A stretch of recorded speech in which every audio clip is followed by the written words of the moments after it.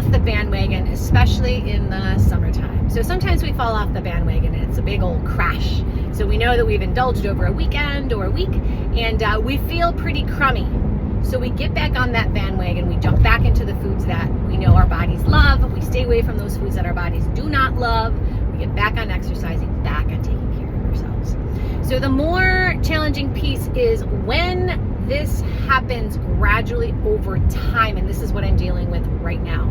I know the foods that make my body feel great. I know the foods and drinks that make my body not feel great. And for me, I gradually let some of these foods in, not every day, but more often than not. And I'm really starting to feel this accumulation and this subtle inflammation in my body. And it's subclinical. Nothing is going to show up in my labs. My labs will come out just fine. But I can tell I'm entering a state of inflammation because GI is off. My mood is off. My skin is off. My energy is a little bit off as well. Like, I just know I could be a bit sharper.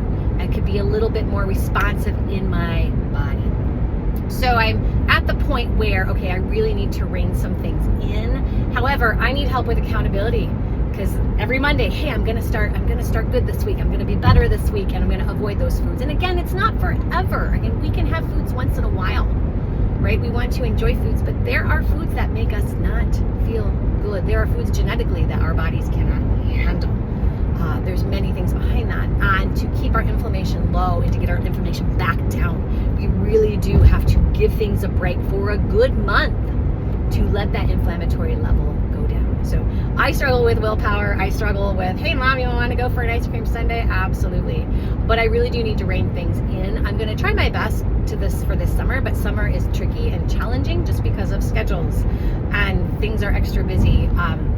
It's a faster pace of life, and I find myself when I run a little bit faster, I don't always have the right snacks and food packed for me.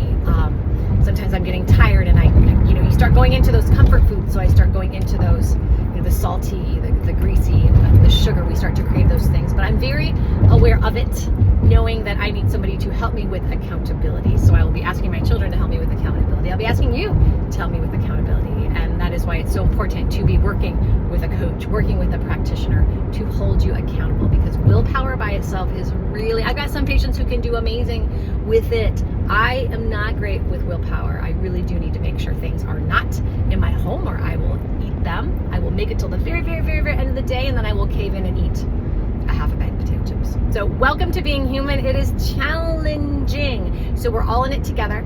That's why we need support. We need to cheer each other on. We need to continue to encourage each other to be gentle with ourselves, but at the same time, hey, love your body, take care of your body, fuel it with what it needs. Don't give it the stuff that it doesn't like. And we feel so much better for it on a daily basis.